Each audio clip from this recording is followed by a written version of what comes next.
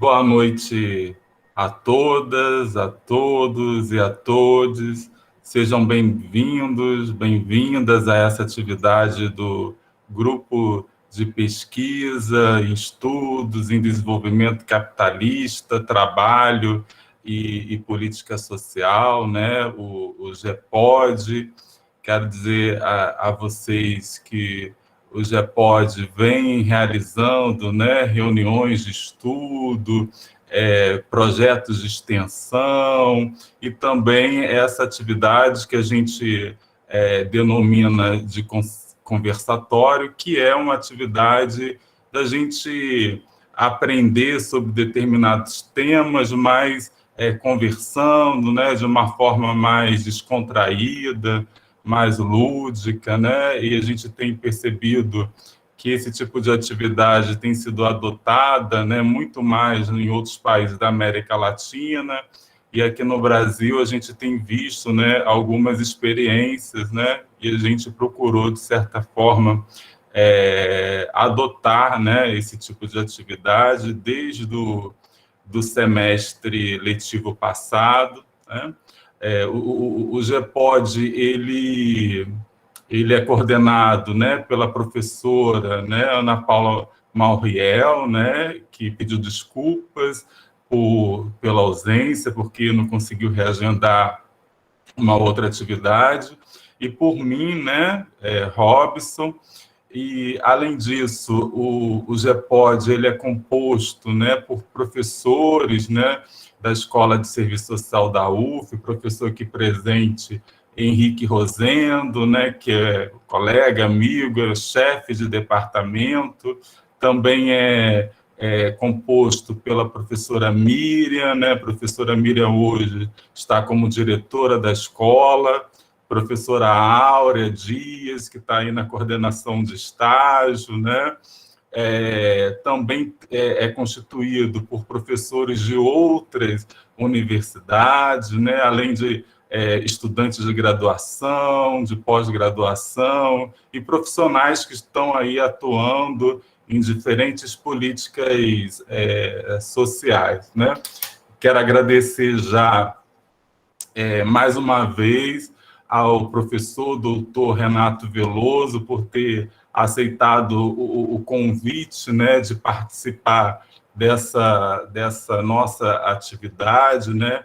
Renato, ele é graduado, tem mestrado e doutorado, né, pela Escola de Serviço Social da UFRJ, né? Tem estudado, pesquisado sobre o tema, né, das tecnologias de informação e comunicação, né? Por isso a gente convidou, né, o Renato para essa atividade que tem como título, né? Deixa eu conferir aqui. Tecnologias de informação e comunicação e o trabalho profissional de assistentes sociais, né? Muito obrigado, Renato.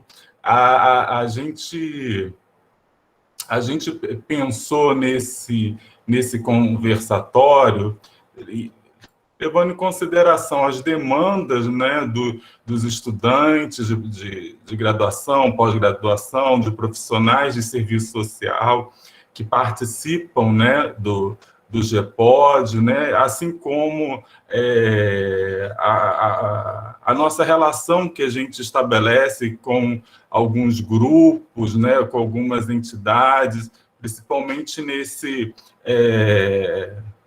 período, né, da pandemia da Covid-19, né?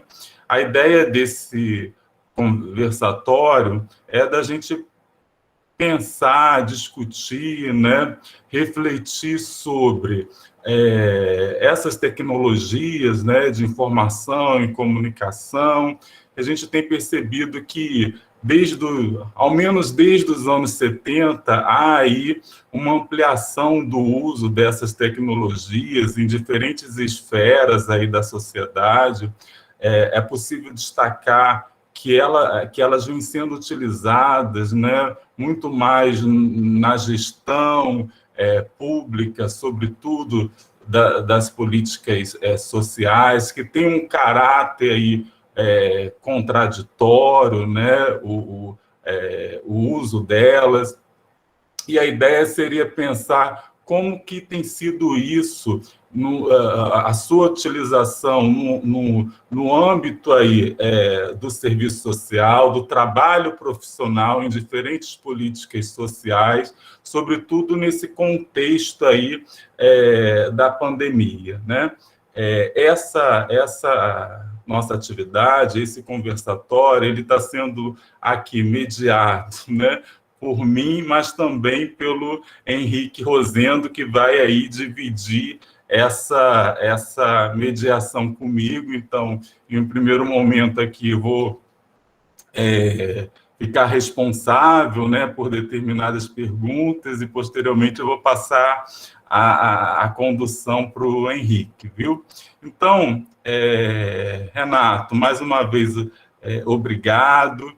E uma primeira questão que a gente gostaria, assim, de ouvir de você: como que se deu a sua aproximação com o tema, né, das tecnologias de informação, né, e comunicação? Se você pudesse trazer um pouco sobre essa aproximação, né, sua com esse tema, a partir, é claro, da sua trajetória profissional, né? Então, resgatando aí a sua trajetória profissional, como que você resolveu aí estudar e pesquisar sobre esse tema? Legal, ótimo. Obrigado. Obrigado, Robson, pela pergunta. Antes de responder, quero agradecer muito o convite, né, por participar aqui dessa atividade do grupo de pesquisa, né, do GEPOD.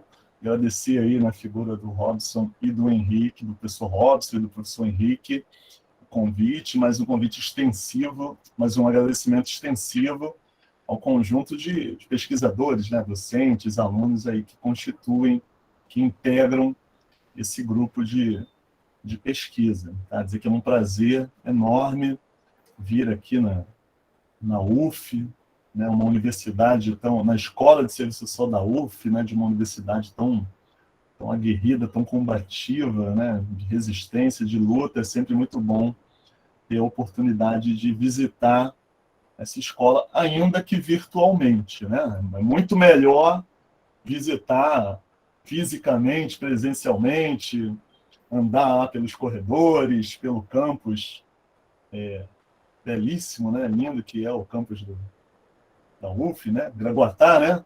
Isso.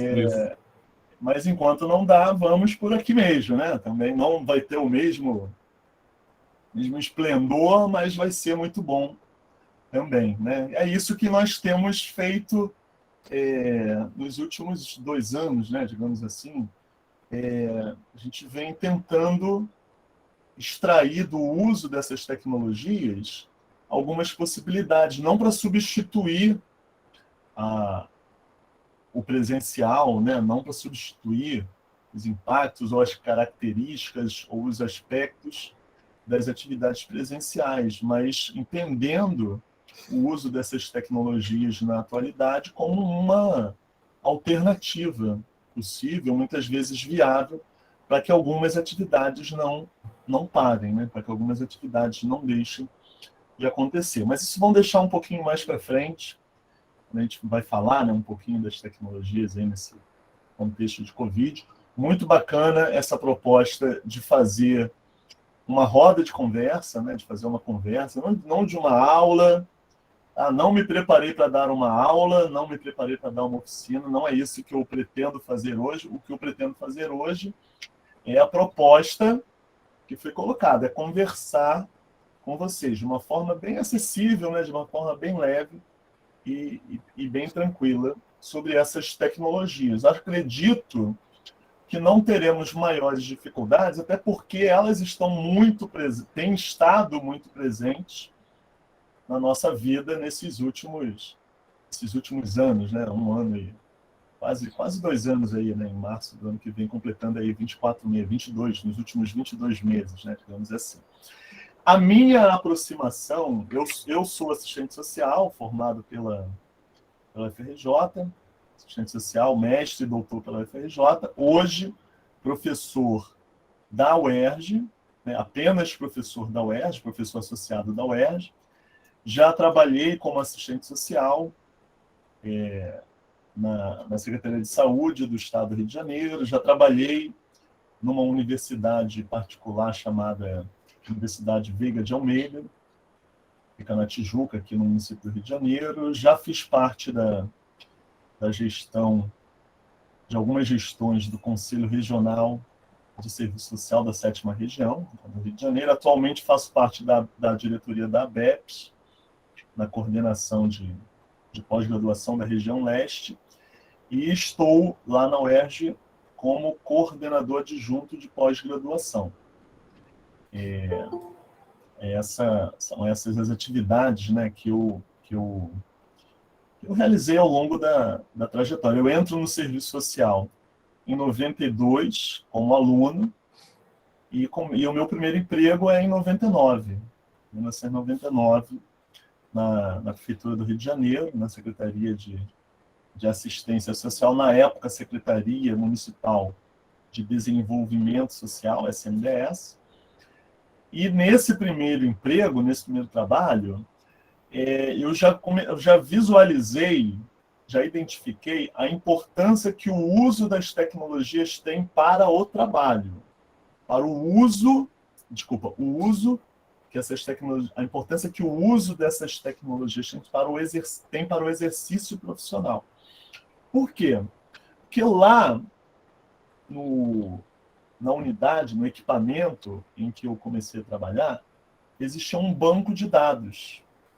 Um banco de dados com dados, informações sobre crianças, a respeito de crianças, adolescentes e famílias que estavam em situação de rua no município do Rio de Janeiro. Na época, com mais de 1.000 registros, mais de 1.000 linhas, né? A gente pensar em termos de planilha, na planilha você tem as colunas e as linhas, né? Nesse banco de dados tinham mais de 1.000 linhas, e cada linha dessa é um registro, é uma pessoa que tem os seus dados ali. E nesse lugar o pessoal não sabia usar o banco de dados, não sabiam extrair desse conjunto de dados as informações relevantes para o trabalho, para a melhoria do trabalho, para a melhoria dos projetos, para a criação de novos projetos. Então, existia um banco de dados, mas esse banco de dados ele não era bem aproveitado, né? Ele existia, estava lá, ele era alimentado, os dados eram digitados, mas não tinha um retorno, não havia uma recuperação desses dados em termos de informações. E como durante a graduação eu consegui fazer, né, alguns curso de planilha eletrônica, curso de banco de dados, eu consegui usar esse recurso, né, esse banco de dados, no sentido de produzir informações sobre o trabalho realizado, né, produzir indicadores, estatísticas de atendimento, perfis, localizar dados, né, coisa bem mais simples, bem mais básica, que é localizar um determinado indivíduo. Não se sabia fazer isso. Então, nesse primeiro emprego, eu já tive um contato, eu não aprendi a usar as ferramentas tecnológicas nesse primeiro emprego, eu já sabia utilizá-las, mas eu tive um primeiro contato com a relevância dessas ferramentas. E a partir do momento em que eu ia usando, eu ia também evidenciando essa importância, o pessoal foi vendo. O meu segundo emprego, aí eu saio desse emprego, desse trabalho na CMDS, fico um tempinho na residência de serviço social do Hospital Universitário Pedro Ernesto, né, o Hospital da UERJ, e um tempinho depois eu começo a trabalhar, aí sim, tendo sido aprovado em concurso público, né, no meu primeiro concurso público que eu fiz em 2000, fui aprovado em 2001, comecei a trabalhar num hospital do Estado, do Rio de Janeiro, e em que aí sim eu verifiquei a importância enorme que tem para o exercício profissional aspectos como sistematização do trabalho, organização dos dados, sistematização de dados, né? Sistematização de informações, organização desses dados e dessas informações, recuperação desses dados sob a forma de indicadores, indicadores de avaliação, informações úteis para o processo de avaliação do trabalho, para o processo de melhoria dos projetos, de avaliação dos próprios projetos. Então, a partir dessa inserção profissional, eu fui fazendo um uso mais consistente dessas chamadas tecnologias da informação. Sobretudo, o banco de dados. Né? Hoje a gente tem um uso muito forte, né? Vocês conhecem as tecnologias, já pensa logo em redes sociais, Facebook, Instagram, WhatsApp, né? São as novas, que a gente chama de novas tecnologias de informação e comunicação, né? Que permite também a comunicação entre os sujeitos, entre as pessoas. Na época, ali no início dos anos 2000, a gente trabalhava com a noção de tecnologias da informação, não tecnologias da informação e comunicação, né, em que há uma combinação das tecnologias da informática, digamos assim, a TI, a chamada TI, né, tecnologia da informação, e as tecnologias da comunicação. Então, quando a gente tem uma combinação ou uma conjugação dessas duas tecnologias, tanto da informática, né, da informação, como também da comunicação, é que a gente tem o surgimento, né, dessa noção que são as TIC, tecnologias da informação e comunicação. Então, uma primeira percepção, uma primeira diferenciação, que é legal perceber, é isso, é a diferença entre TI e TIC. Né? E às vezes a gente fala de forma, é tudo igual. Tem uma sutil, é sutil, mas tem uma diferença. Né? Então, se você usa muito o termo informática, né? O computador, o hardware, o software, a informática ela pode ser entendida como um sinônimo de tecnologia da informação. Né? O que você tem de novo com a expressão tecnologia da informação? Informática remete a algo duro, né? A um conjunto de conhecimentos, a um saber rígido, né? Que você tem que conhecer os códigos, que você tem que conhecer os comandos, que você... Então lembra muito essa parte cibernética, informatizada, no sentido mais da programação, né? Aquela coisa. A expressão tecnologias da informação já busca denotar o quê? Ou busca valorizar o quê? Uma apropriação das ferramentas da informática. Não apenas o aspecto de programar ou de criar algoritmos, não apenas a parte dura, né, a parte hard das tecnologias, mas a apropriação dessas tecnologias e a produção de mudanças qualitativas. Né? Então, o uso ou a substituição do termo informática pelo termo tecnologias da informação busca denotar isso, busca marcar isso. A importância de não apenas de uma incorporação das tecnologias, mais do que isso, uma apropriação, um aprendizado dessas tecnologias e uma aplicação crítica, né, consistente e crítica dessas tecnologias no contexto em que a gente está inserido. Né? Então, pensar, por exemplo, a importância da TI para o serviço social é pensar como que ela pode ser usada para melhorar o trabalho profissional, né? Melhorar o exercício profissional, ampliar o alcance das atividades profissionais, ou melhorar a qualidade desse exercício profissional. Então, tem um ganho aí, que é um ganho de qualidade, a expressão tecnologias da informação e também tecnologias da informação e comunicação pressupõe que haja algum tipo de ganho qualitativo, não apenas quantitativo, mas qualitativo no uso dessas tecnologias. Então, não é apenas fazer mais rápido. Eu gosto da tecnologia porque ela me permite fazer mais em menos tempo. Isso é bom para o capital. O capital ele vai querer economizar força de trabalho. O capital ele quer explorar, ele quer intensificar a exploração da força de trabalho. Então, para ele é ótimo que a tecnologia permita fazer mais em menos tempo.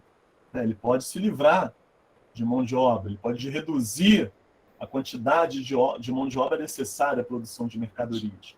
Então, esse aspecto quantitativo, ele não é suficiente para um projeto que não partilha valores capitalistas, por exemplo. Né?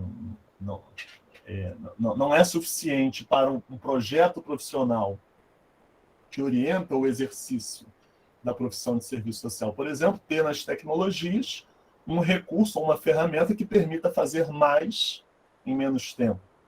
Ah, mas é importante fazer mais em menos tempo. Não, legal, pode ser também importante, mas não é suficiente. É importante que, além de fazer mais em menos tempo, né, além de otimizar a atividade, a gente melhore a qualidade. Não melhore apenas a quantidade, ou não reduza a quantidade, mas melhore a qualidade do trabalho. Então, esse que é o sentido que a tecnologia pode ser, e aí eu estou dizendo pode, né, ela não é importante, ela não é útil, ela pode ser importante, ela pode ser útil dependendo de como ela vai ser usada, né, dependendo de como ela vai ser apropriada por esse projeto profissional, ou, para falar, né, nos termos da nossa profissão, como ele vai ser apropriado pelo projeto ético-político profissional. Então, a minha aproximação ao tema foi isso, foi trabalhando, inserindo no mercado de trabalho, vendo as dificuldades que nós temos até hoje, né? Dificuldades em organizar os arquivos, em fazer... Quem nunca... Né? Aqui o pessoal é novo, talvez não tenha passado, mas o pessoal das gerações um pouco mais experientes, quem nunca passou pela experiência de ter que fechar ou interromper o atendimento durante um turno, uma manhã ou uma tarde, para ficar contando os atendimentos, pegar lá o livro de ocorrência, abrir, contar um por um, fazer lá o famoso contar pauzinho, né? Você fica lá, 1, 2, 3, 4, para poder contar os atendimentos, para poder ter uma estatística de atendimento de um mês ou de 2 meses. Então, quando você tem um sistema, né, quando você tem uma ferramenta tecnológica, um banco de dados que concentra esses dados, você só vai lá, clica num botão estatística, ele dá para você a estatística do período, do ano, do mês, da semana. Então, você tem aí uma facilidade grande em relação à sistematização desses dados e à recuperação desses dados sob a forma de informação.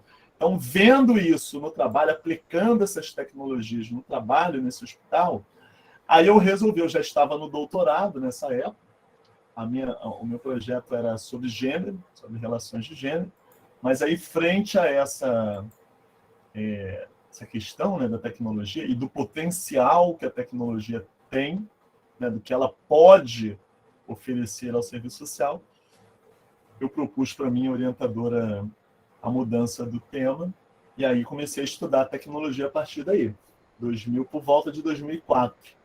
Em 2006, eu defendo a tese, aí tem aquele momento, né? Quem já defendeu uma tese sabe como é. O pessoal da graduação vai defender o TCC, o pessoal da pós vai defender monografia, dissertação. Quando a gente defende a tese, a gente não quer vê-la por um tempinho, né? Quer deixar ela de lado, deixa ela ali no cantinho.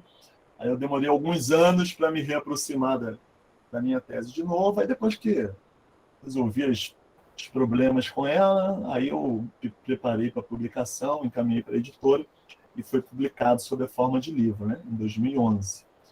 E desde então a gente vem estudando, pesquisando sobre a tecnologia, o potencial da tecnologia para as políticas sociais, para a gestão pública, para o serviço social, né, o que ela pode oferecer mas num contexto, e é importante que a gente entenda isso, em que ela não é boa ou ruim a priori, né? A tecnologia, as tecnologias, as ferramentas, elas são instrumentos e elas se vinculam a projetos. Então, para entender o sentido de uma ferramenta, a gente precisa entender o sentido do projeto individual ou coletivo que instrumentaliza essa ferramenta, né? Quais são as finalidades presentes no uso dessa ferramenta, né? Dessas tecnologias. Então, foi a partir daí, foi isso. Uma vez eu estava dando uma entrevista, aí a entrevistadora falou, né? Comentou, não, porque assim como você, eu também sou apaixonada por tecnologia e tal, não sei o quê. E aí eu comentei, eu não sou apaixonado por tecnologia, eu uso a tecnologia, porque é um recurso, é uma ferramenta relevante, importante. Mas não é uma coisa de querer enfiar a tecnologia em tudo quanto é. Tem momentos em que a tecnologia é necessária. Tem momentos em que ela não é. Tem momentos que tem sentido. Tem outros momentos que não tem sentido. Então, não tem sentido, por exemplo, a gente substituir o ensino presencial por ensino à distância. Não tem sentido você substituir um ensino de graduação presencial com toda a complexidade, né, que a formação profissional em nível de graduação tem por ensino à distância. E notem que eu estou falando ensino à distância, não estou falando ensino remoto, né, porque acho que tem uma diferença entre ensino remoto e ensino à distância. O ensino remoto é uma alternativa emergencial, excepcional, é o que é possível fazer no momento atual. O ensino à distância não tem nada de excepcional e não tem nada de emergencial. O ensino à distância é uma proposta, é uma modalidade nova de ensino que se opõe ao ensino presencial. Então, a proposta, a intenção do ensino à distância não é ser provisório, não é ser emergencial, não é ser excepcional, é ser permanente. O ensino remoto, né, nos termos que a gente vem trabalhando lá na UERJ, pelo menos, acredito que na UF, nas universidades públicas, vem trabalhando dessa forma, é de que ele é emergencial, ele é temporário, ele é provisório, ele é necessário agora por razões sanitárias. Né? A gente não pode, não dá para se encontrar ainda. Pode ser que ano que vem, 2022, já mude. Aí o ensino remoto ele cumpriu a sua função, né? Ele não vai mais ser tão necessário como está sendo hoje. A gente vai ter condições para o retorno presencial e tal. Então, o sentido do uso da tecnologia em termos de substituição do ensino presencial pelo ensino remoto, ou do trabalho presencial em sentido mais amplo pelo trabalho remoto, né, de substituir um pelo outro, é totalmente diferente do sentido de você enriquecer o ensino presencial com as contribuições que a tecnologia proporciona, que as tecnologias da informação e comunicação proporcionam. Então, é um sentido totalmente diferente. Então, está lá o professor Henrique, dando a sua aula sobre os fundamentos do serviço social, na sala de aula, presencial, todo mundo lá. E aí, ao término da sua aula, né, da sua brilhante aula, o professor Henrique faz, olha, caso vocês queiram se aprofundar, recomendo que vocês assistam o vídeo tal, da live tal, que está disponível no canal Serviço Social na Pandemia, por exemplo, ou que está disponível no canal da TV ABET, ou no canal do Cefes, para vocês aprofundarem, para vocês aprimorarem a formação. Então, você tem aí o quê? Um uso da tecnologia que não é para substituir a aula presencial. É um uso da tecnologia que é para melhorar, que é para aprofundar, para aprimorar, para fortalecer, adensar o ensino presencial. Então, tem duas lógicas distintas aí. Uma lógica que é a lógica substitutiva, da tecnologia substituindo sujeitos, substituindo trabalhadores, substituindo trabalho remoto, o trabalho presencial, substituindo o ensino presencial, né, substituindo o trabalhador em si, ou a trabalhadora, e uma outra lógica, que é a tecnologia, não como substituta, né, não como um elemento que substitui, mas como um elemento que acrescenta, né, que faz um acréscimo de conhecimento, um acréscimo de informações. E com isso pode melhorar a qualidade da aula, por exemplo, a qualidade do trabalho. A Vilma está falando, como a aula de hoje, você tem um acréscimo, né? Não, vamos deixar de fazer isso porque agora vai ser tudo live. Aí você tem razões para isso, você tem uma economia de uma economia de gasto, né? Diminui o custo, não paga professor, manda o professor embora, não investe em condições de educação adequadas, né? Condições de trabalho, de ensino adequadas. Aí a gente começa a perceber e a entender as razões que estão por trás desse tipo específico de uso da tecnologia. Aí a gente olha para os projetos. Então, quando eu falo projeto capitalista, esse projeto capitalista ele vai buscar usar a tecnologia de uma forma, em geral, a partir da lógica substitutiva, de substituição. Usar a tecnologia para substituir o trabalhador, a trabalhadora, por exemplo. Projetos alternativos ao capital, um projeto democratizante, por exemplo, um projeto de radicalização da democracia, por exemplo, já vai buscar a tecnologia como um elemento de acréscimo, né, um elemento que permita o enriquecimento de práticas, sejam elas educacionais, sejam elas interventivas, sejam elas políticas, militância, práticas sociais, né, profissionais e sociais em sentido mais amplo, sejam elas quais forem. Então, tem aí já uma necessidade que nós temos de perceber que a tecnologia ela não tem um sentido único, ela tem sentidos. E esse sentido ele só é compreendido quando a gente percebe e entende o uso que está sendo feito dela, quem está usando, né? Qual é o projeto que está por trás desse uso. Então... Oi, pode falar. Não, pode concluir. Não, porque não.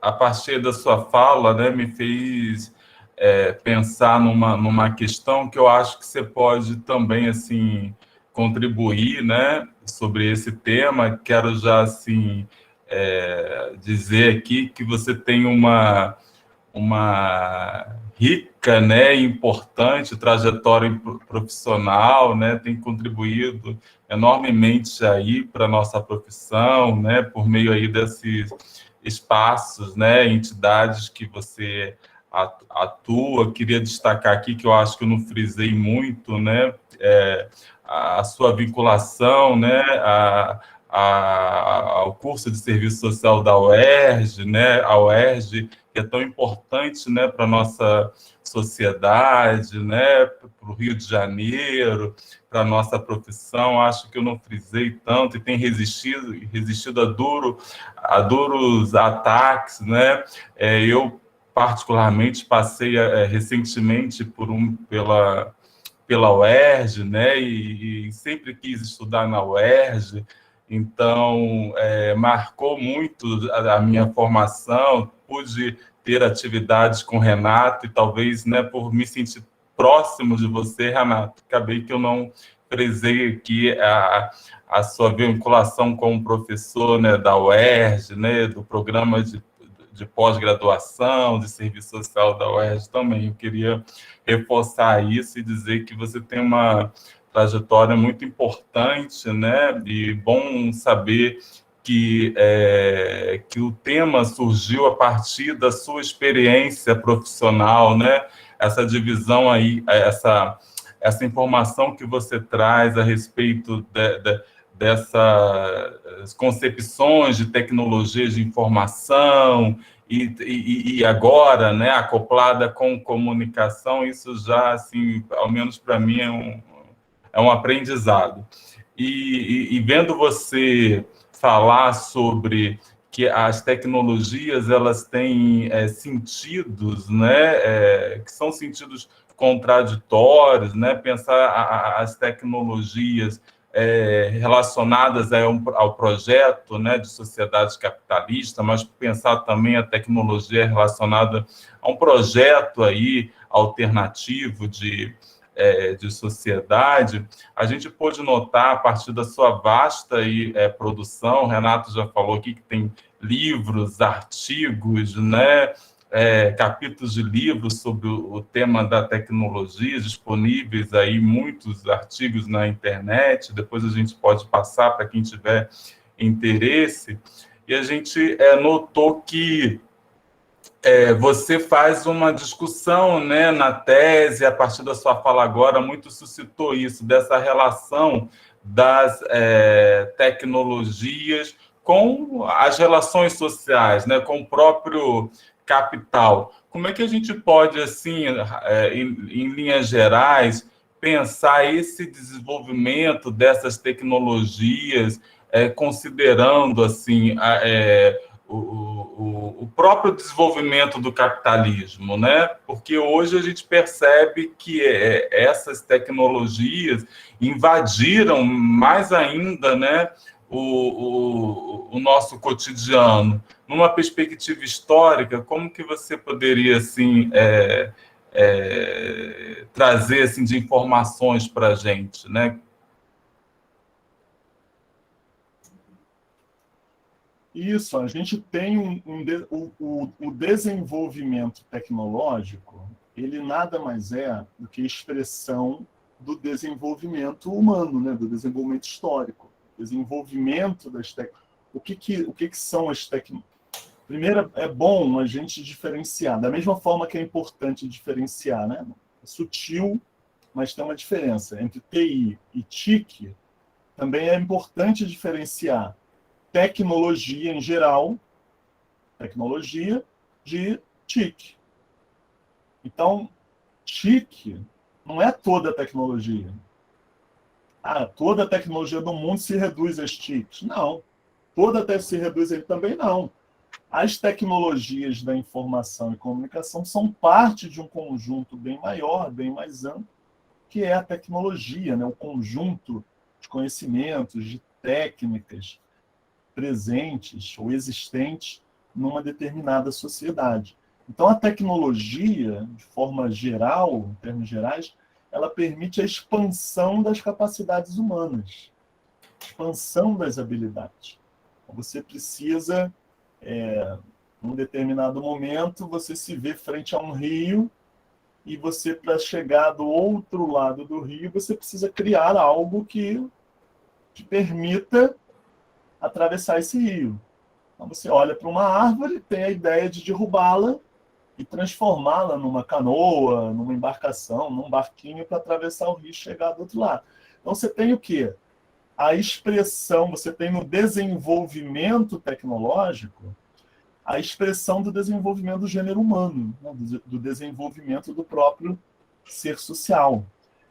Tecnologia como expansão de habilidades humanas, essa tecnologia se desenvolve na medida em que a própria sociedade se desenvolve, na medida em que o processo de reprodução social se aprofunda, na medida em que o ser social se torna cada vez mais sofisticado, cada vez mais refinado, na medida em que ele vai produzindo respostas cada vez mais sofisticadas para as suas necessidades, que por sua vez também se tornam cada vez mais sofisticadas. Então você tem aí o desenvolvimento tecnológico como como algo inerente, né, ao próprio ser social, ao próprio desenvolvimento humano, ao próprio desenvolvimento histórico.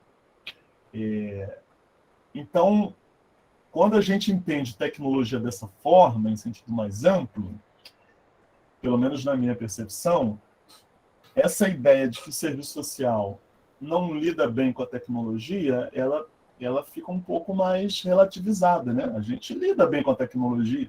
O serviço social não usa, a gente usa as tecnologias, não usa as tecnologias atuais. Você não usa a tecnologia nova do sistema super avançado e tal. Mas a gente usa o telefone, por exemplo. O telefone é uma tecnologia importantíssima, da qual, sem a qual, melhor dizendo, sem a qual o assistente social ou a assistente social não consegue realizar o seu trabalho. A gente faz uso de uma série de tecnologias de registro, né? Técnicas de arquivamento de dados, de recuperação de dados, de registro desses dados, de sistematização. Então, há uma relação do serviço social com a tecnologia. Não há ainda uma relação incipiente, né, com as novas tecnologias, com as tecnologias atuais.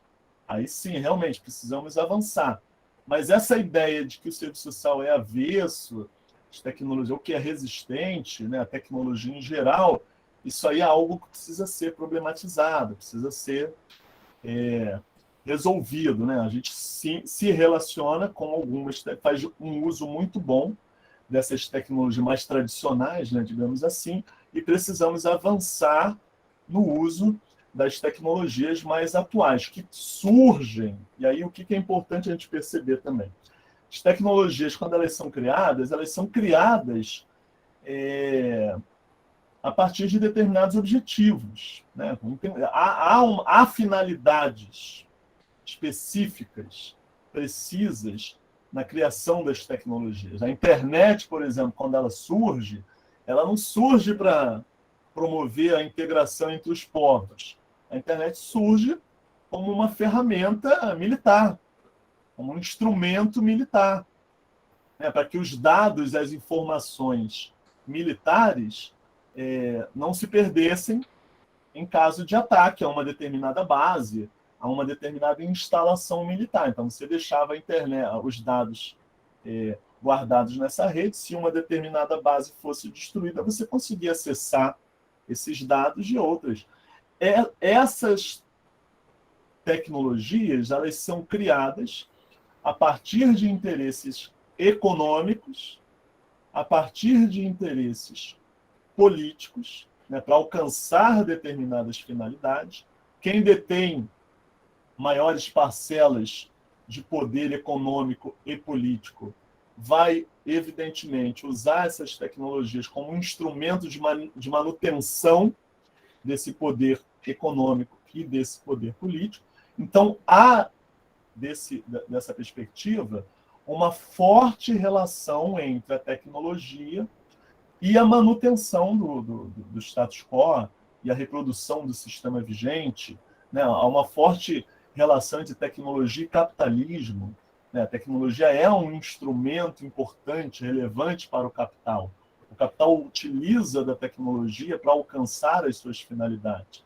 Né? Se a gente pensa, por exemplo, em termos de uma análise marxista ou de uma apreensão marxista da sociedade, vocês podem pensar na chamada Lei Geral da Acumulação Capitalista. Né? Peguem o capítulo 23 do Capital, em que o Marx vai fazer referência à Lei Geral da Acumulação Capitalista, em que ele vai tratar da composição, da mudança na composição do capital, né? Em que o capital constante se eleva na medida em que o capital variável diminui. O que significa isso? Significa que a parte do capital utilizada para adquirir meios de produção aumenta, né?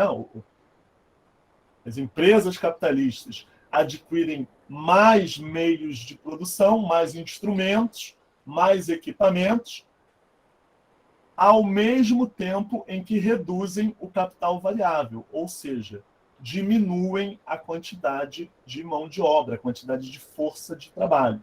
Então, você tem, do ponto de vista do processo de acumulação capitalista, uma tendência à eliminação de força de trabalho, a eliminação, a redução de força de trabalho. Essa redução de força de trabalho ela é possível por quê? Porque as novas tecnologias, os novos equipamentos, as máquinas vão fazer o trabalho que antes era realizado pelo trabalhador.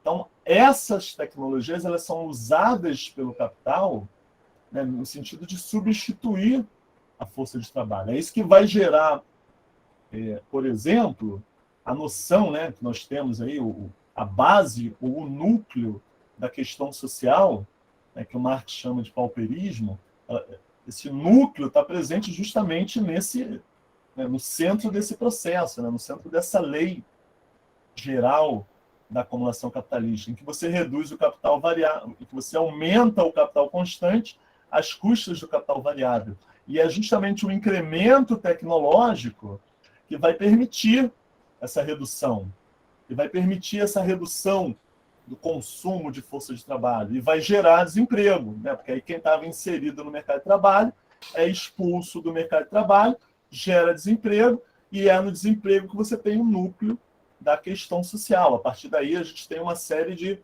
expressões desse processo, né? Desse processo de não apropriação da riqueza socialmente produzida, ou que vai redundar em desigualdades econômicas, políticas e sociais. Então, há um forte interesse do capital pela tecnologia.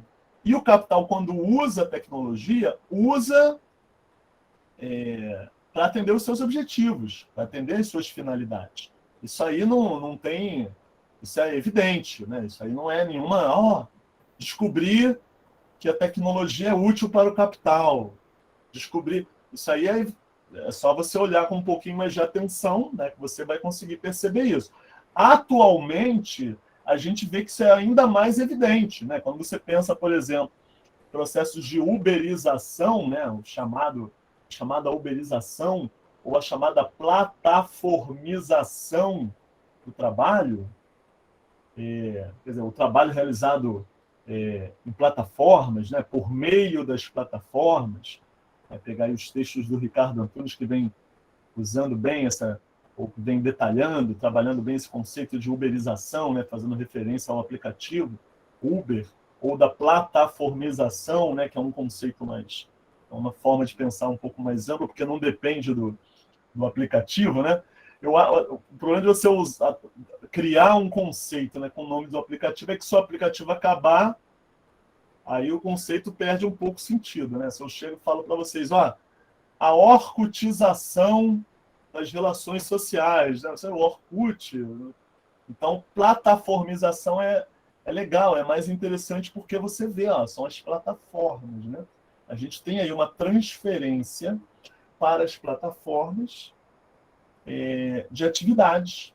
E essas atividades, ao serem realizadas por meio das plataformas, elas estão submetidas a um nível de exploração enorme, intenso, extremamente intenso, a um nível de controle enorme, as metas, né, que precisam ser alcançadas, a quantidade de tempo, tudo isso, e a uma individualização do trabalho, né, o que acaba trazendo consequências para a organização dos trabalhadores. Cada um realiza, não tem mais trabalho realizado coletivamente, é cada um ali na telinha do seu aplicativo. Então, são criadas, né, dificuldades adicionais em termos de organização do trabalho, de resistência a esses processos, né, de exploração e opressão capitalista. Então, nós temos vários exemplos que demonstram que a tecnologia ela é apropriada pelo capital, ela é usada pelo capital para alcançar os seus objetivos e as suas finalidades. Quanto a isso, não há muito o que questionar. A questão que eu colocaria é se essa tecnologia ela só é útil para o capital. A questão que eu colocaria é se a tecnologia ela só pode ser apropriada pelo capital. A gente olha para a tecnologia e fala, não tem jeito, isso aí não é para a gente, esquece tecnologia, olha para o lado, não dá para a gente. Ou a gente olha para a tecnologia e pensa, poxa, dá para a gente se apropriar dessa ferramenta. Dá para a gente pensar formas de utilização dessas tecnologias que tenham a ver, que estejam sintonizadas com valores e princípios de projetos alternativos ao capital. Então, a questão... E aí, se a gente concorda que a tecnologia pode também ser apropriada por esses projetos alternativos, se a gente concorda com isso, aí ganha sentido a noção de potencialidade contraditória que o Robson falou. Que a tecnologia é isso, ela tem um potencial, e é um potencial contraditório. Por que é contraditório? Porque ela não é só do capital, só dos projetos alternativos ao capital. Ela pode ser apropriada, e efetivamente o é, pelo projeto capitalista, mas pode ser também apropriada por projetos alternativos ao capital. E efetivamente o é também. Existem vários projetos, vários movimentos, vários coletivos que se apropriam de alguns recursos, né, de algumas ferramentas. Lógico que a partir das condições dos coletivos, a partir das condições, das possibilidades dos movimentos sociais, né, das limitações técnicas, operacionais que nós, né, que os sujeitos coletivos vinculados a projetos alternativos têm. Né? Não se dá da mesma forma que as empresas altamente racionalizadas, né, burocratizadas, tecnificadas. Né? Os movimentos sociais têm a sua forma de se apropriar da internet, de se apropriar das técnicas, mas se apropriam também e usam, e divulgam, fazem as suas lives, fazem as suas, a socialização das suas informações, a coletivização dos processos decisórios, atribuem transparência aos processos que desenvolvem, que realizam. Então, é nesse sentido que a tecnologia tem um potencial, e é um potencial contraditório. E para entender esse potencial, a gente precisa entender como que a sociedade se movimenta. Né? O potencial da tecnologia é contraditório porque a sociedade capitalista é contraditória. As relações sociais capitalistas são contraditórias. Então, a tecnologia, como parte integrante dessas relações sociais, ela também é contraditória. E está aí à disposição dos projetos societários, dos projetos políticos, dos projetos profissionais, que precisam, né, aí precisam pensar. É importante? Será que é interessante a gente se apropriar dessas tecnologias? Será que é interessante a gente fazer um esforço, um investimento para se apropriar desse recurso, dessa ferramenta, otimizar a nossa intervenção, mudar a qualidade, propor alterações aí qualitativas na nossa intervenção sobre a sociedade, sobre as relações sociais? Aí é que está a questão política, né? Que eu acho que é um pouco o que o serviço social talvez agora a gente precise fazer, né? Porque a gente passou por um período aí, desde o ano passado, foi meio que um turbilhão, né? Foi meio que um rolo compressor, não teve tempo para debater. Não teve vamos debater se a gente vai usar isso. Não teve negócio de debate. Tem que usar. A pandemia chegou, uma série de demandas aparecendo para tudo quanto é lado, tem que dar aula. Como é que vai ser a aula? E as universidades deliberando, não, vai ser remoto, vamos usar o AVA, vamos fazer, e vai para as salas, e quando você vê, já estava no meio de Google Meet, de Zoom, já estava usando tudo. Aquele primeiro semestre a gente ficou meio assim, né? Meio tonto, na força do ódio, teve que ir mesmo, aí foi. No segundo semestre, a gente já está entendendo um pouquinho mais, já sabe o que é um link, já sabe que alguns já aprenderam que tem que ter câmera, né? Para poder, tem que ter microfone para poder falar, senão não consegue. A gente foi aos pouquinhos aprendendo a usar e tal. Passamos por um momento de experimentação. Vimos o potencial que as tecnologias têm. A Vilma falou aqui, ó. E o que a Vilma falou aqui, várias outras pessoas já falaram também, que é coisa da distância. É um lado legal, é bom, né? Eu estou em Magé, estou morando em Magé. Eu não conseguiria participar. O CRES do Rio falou ainda em 2020. Ainda em 2020 eles falaram, a gente vai manter as lives porque a gente percebeu, a gente detectou que tem demanda.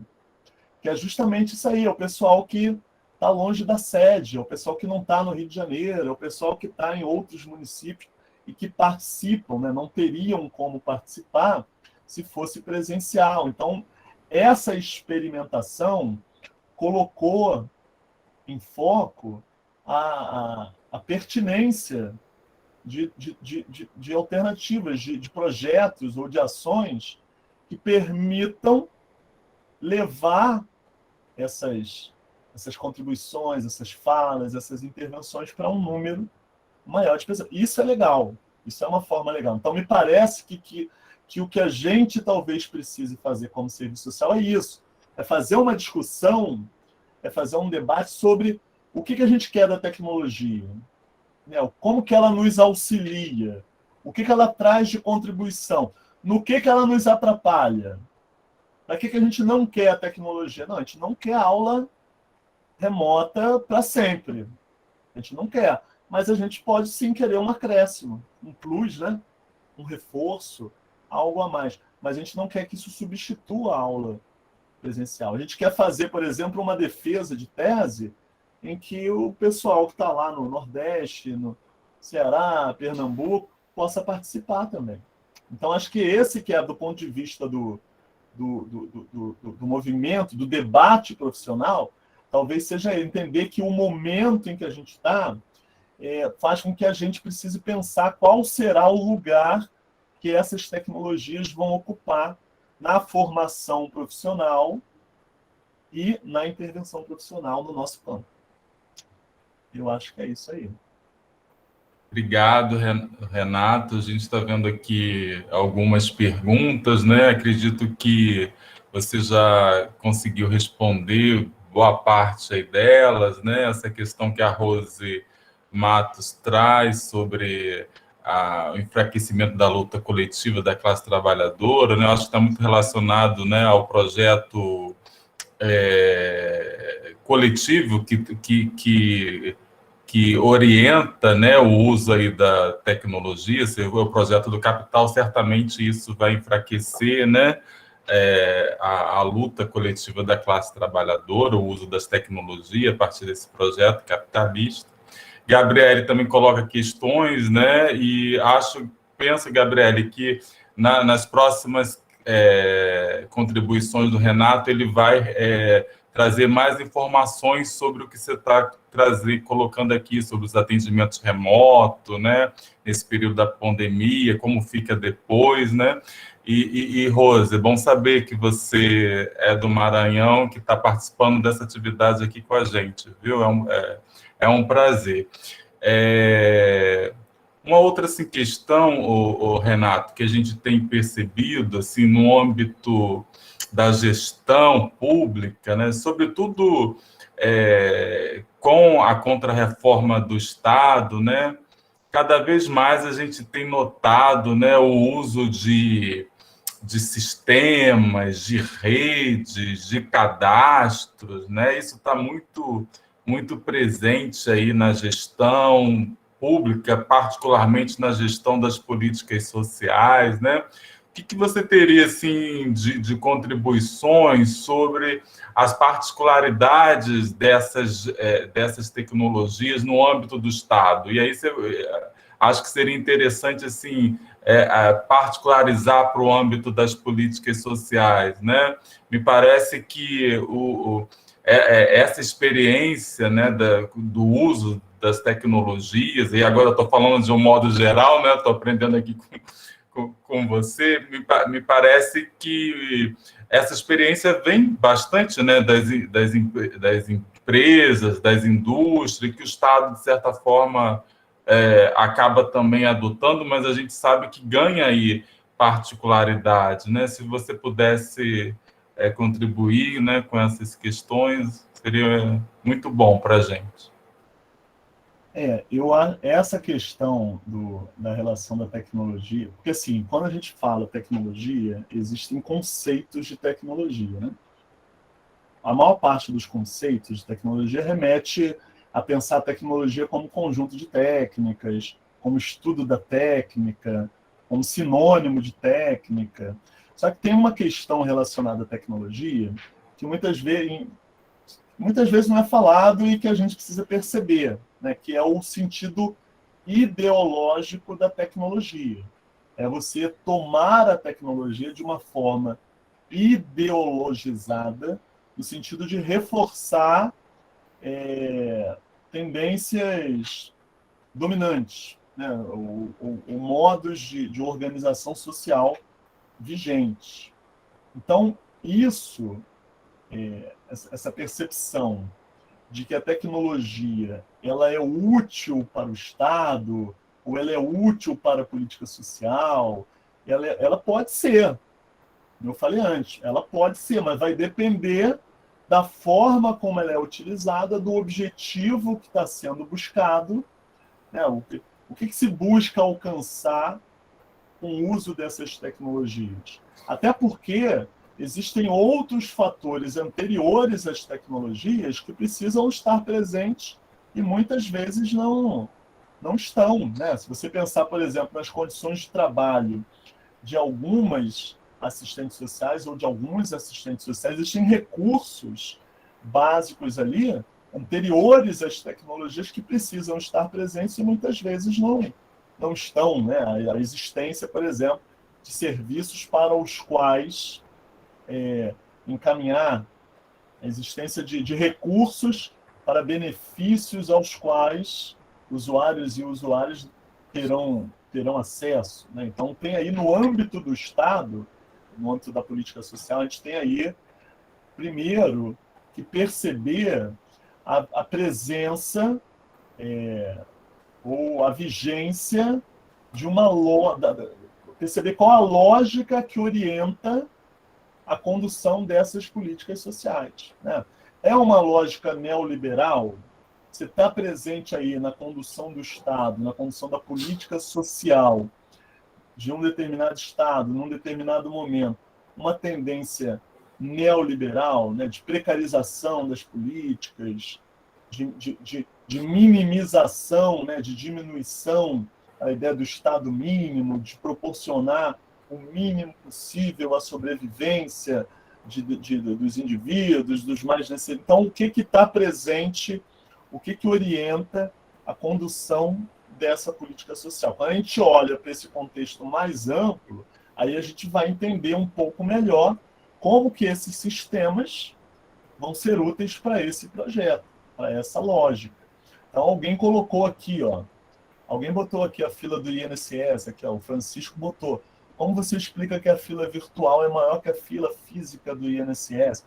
Como você explica que a fila do CISREG, por exemplo, que é o sistema de regulação da saúde, é uma fila enorme que não resolve, que não consegue encaminhar, atender a demanda? Então, na verdade, você tem um uso da tecnologia com um verniz, né? Você tem ali um verniz de eficiência, né? De eficácia. É algo moderno, inovador, né? Uma inovação tecnológica, um sistema que vai resolver tudo e o sistema resolve todos os problemas. Então, você tem ali uma construção ideológica da tecnologia como solução para todos os problemas, né? De um caráter, uma condição deificada, né? Um endeusamento da tecnologia, como se ela fosse resolver problemas que não são resolvíveis, né? Digamos assim, solucionáveis a partir da tecnologia. Você resolve esses problemas não é com um sistema, você resolve esses problemas com uma mudança na forma de conceber as políticas sociais, de financiar as políticas sociais, ou, em última instância, de redistribuir, de distribuir ou redistribuir a mais-valia socialmente produzida. Então, quando você coloca sobre um sistema tecnológico a responsabilidade pela solução de problemas que não são de ordem tecnológica, né, que são de ordem política e econômica, você tem aí uma utilização ideologizada da tecnologia, né? Cai no que o Mesaros, né? O Mesaros tem um livro chamado O Poder da Ideologia. Aí tem uma seçãozinha, um trechinho nesse livro, que ele fala da falácia, o título é exatamente esse, a falácia das soluções tecnológicas para os problemas sociais. O problema social demanda uma resposta social, né? O problema econômico demanda uma resposta econômica, não é? Tá onde mesmo, Renato, o livro que você falou? O livro é O Poder da Tecnologia. Tá. Vou ver se ele está por aqui. Aí tem uma sessãozinha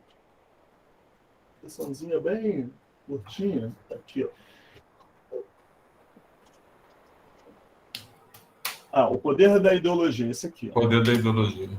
Isso, é mesático. Uhum. Aí tem uma sessãozinha curtinha, pequenininha, aí ele vai falar, olha, como que o pessoal quer resolver problemas econômicos com técnicas de gestão, técnicas de agora, atualmente, né, com sistemas tecnológicos. E não vai resolver, não adianta. Você pode botar um sistema que for, SysReg 5.0 Plus, e se não tiver maiores investimentos na política de saúde, não vai acabar. Se você não alocar, né, se você não mudar a forma de liberação dos benefícios do INSS, você vai continuar tendo uma fila maior.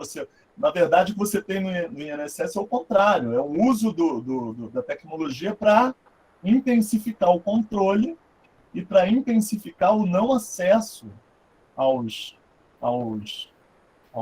benefícios, né? Dificultar o acesso aos benefícios.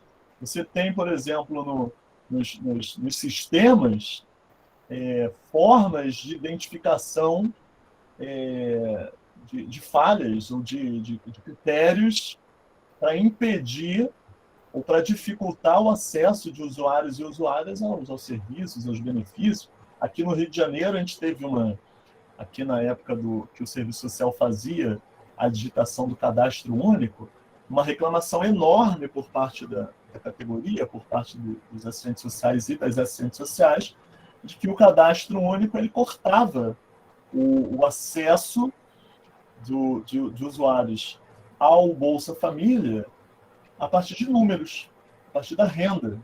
Então, você colocava lá um número que era renda, mas não tinha uma forma de você fazer um parecer para poder relativizar aquele número, para dizer que não é, tem essa renda, mas tem esses gastos aqui, tem essa renda que é dividida por... Não tinha isso. Então, era um sistema concebido para dificultar o acesso. Então, você tem poucos recursos, não há uma destinação maior desses recursos, né? Em termos gerais, a parcela da mais-valia socialmente produzida destinada a essas políticas não é suficiente para atender toda a demanda.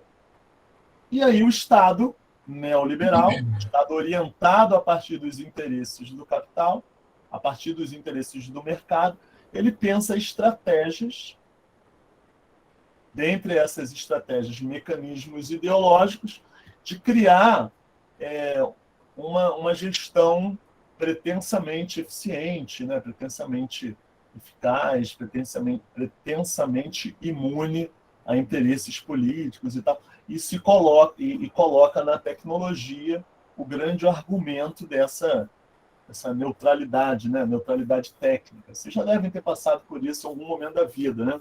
Você fala, está errado. Não pode estar errado, porque o sistema que falou. Eu digitei lá, saiu no sistema, então se o sistema falou, o sistema está certo. Só que o sistema ele é concebido a partir de determinadas finalidades, né?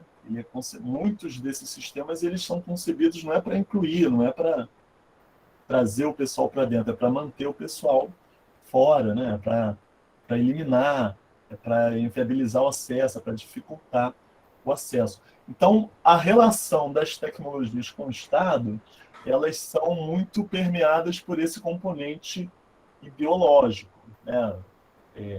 De reforçar práticas gerencialistas, né? Reforçar o gerencialismo, a adoção de metas, o alcance dessas metas como finalidade mais importante na gestão da coisa pública. É muito importante que se perceba como que essa tecnologia é apropriada tecnocraticamente, né, numa perspectiva tecnocrática, burocratizante, e como que o serviço social, que está presente também nessas políticas públicas, como que ele lida com isso. Né? Que aí a gente tem que fazer o quê? É a percepção crítica da tecnologia. Quer dizer, na verdade, é a percepção crítica da vida. Né? O serviço social ele não tem uma percepção crítica da tecnologia. O serviço social tem uma percepção crítica das relações sociais. E essa percepção crítica das relações sociais ela precisa ser estendida, ela precisa ser aplicada também quando se refere à tecnologia. Então, está vendo que a tecnologia está sendo utilizada numa perspectiva gerencialista, numa perspectiva que reduz o acesso a direitos, numa perspectiva que cria dificuldades para o acesso da população a serviços fundamentais, a políticas sociais fundamentais, problematizar o uso dessa tecnologia. Né? Pensem, por exemplo, agora no auxílio emergencial, quando foi proposta aí, né, quando foi criado um aplicativo para ter acesso ao auxílio emergencial. Eu lembro que tinha um desenho, né, uma charge, não lembro quem foi, eu sempre cito essa charge, duas pessoas em situação de rua, né, duas pessoas que estavam na rua, uma perguntando para a outra, já baixou o seu aplicativo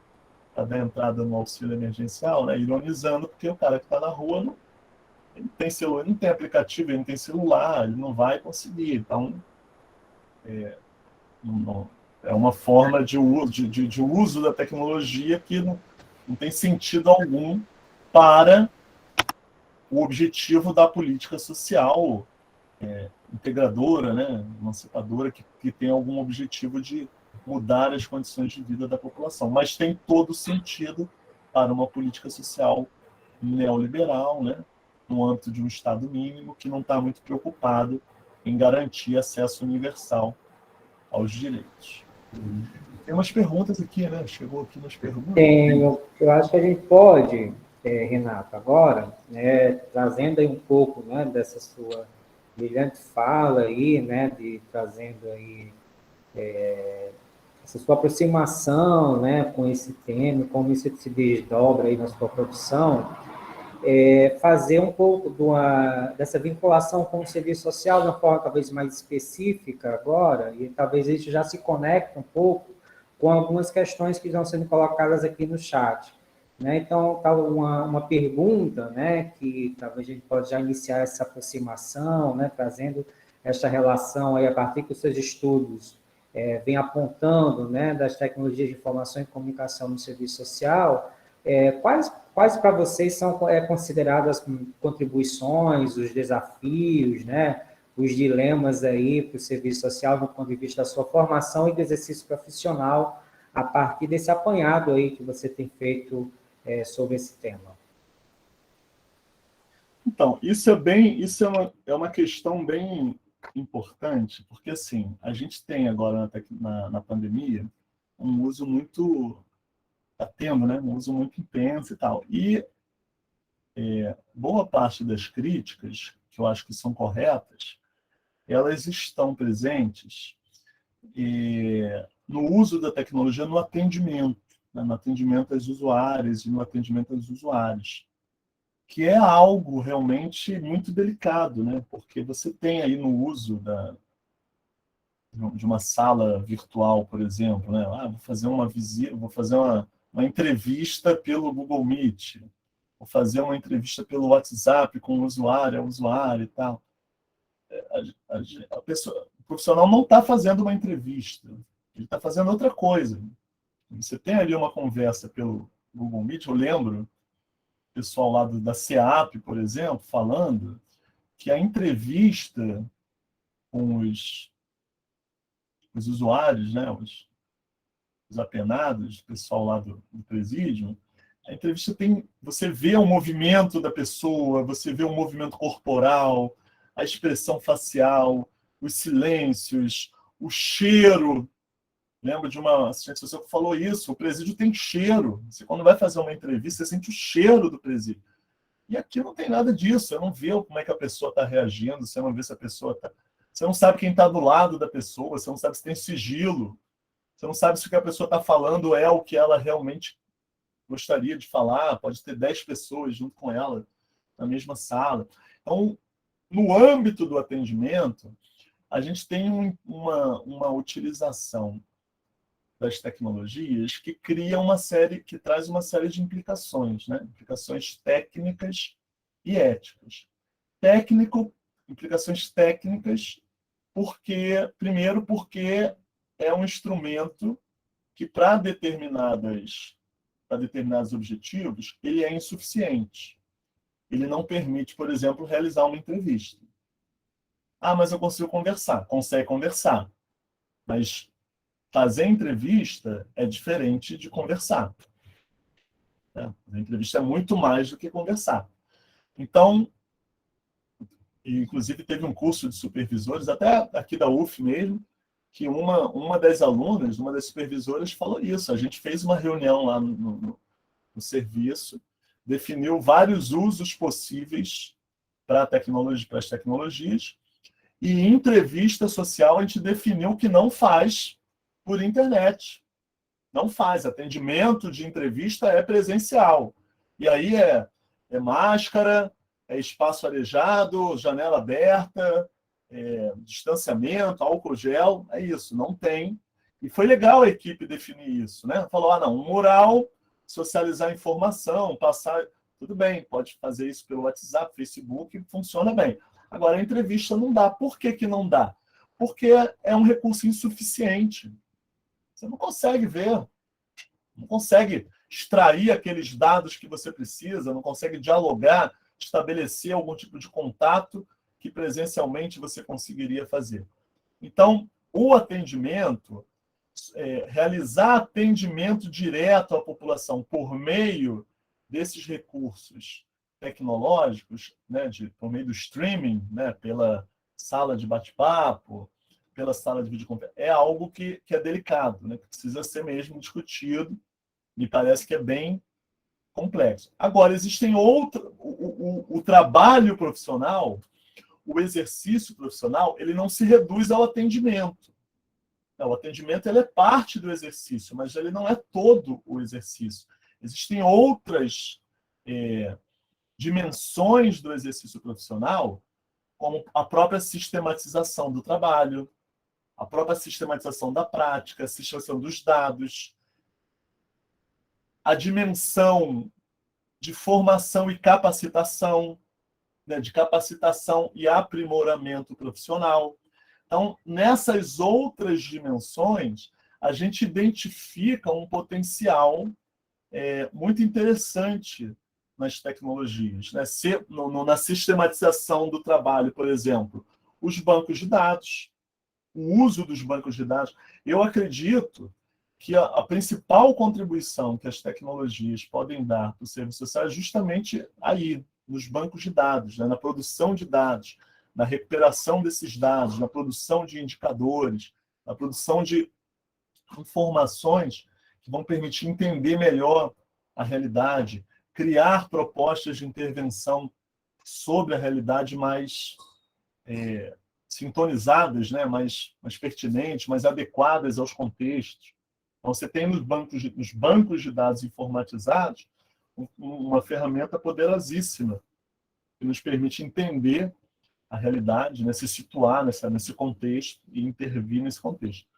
Na questão da capacitação e do aprimoramento profissional, você tem o potencial que o streaming oferece, né?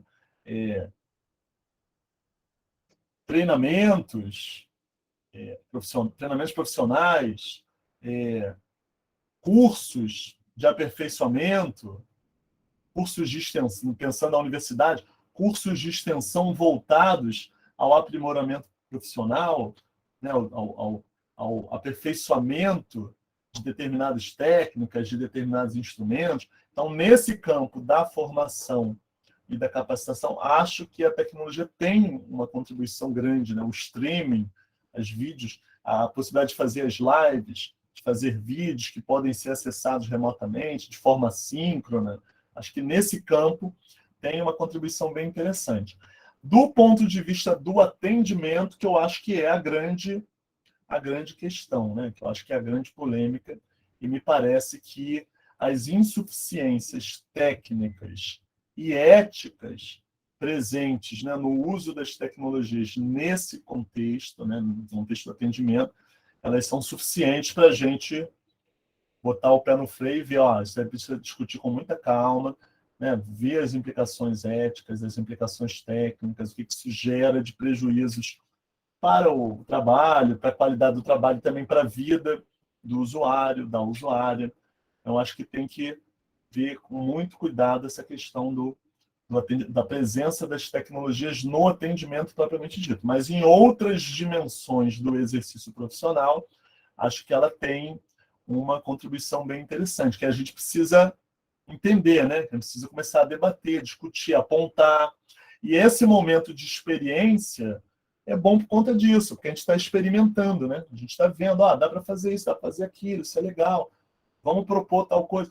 O próprio aqui, ó, a própria teve alguém aqui que falou, né, que enfraquece.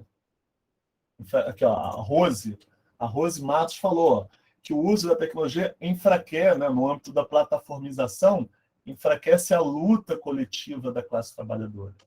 E é verdade, enfraquece, individualiza o trabalhador realiza o seu trabalho de forma individualizada.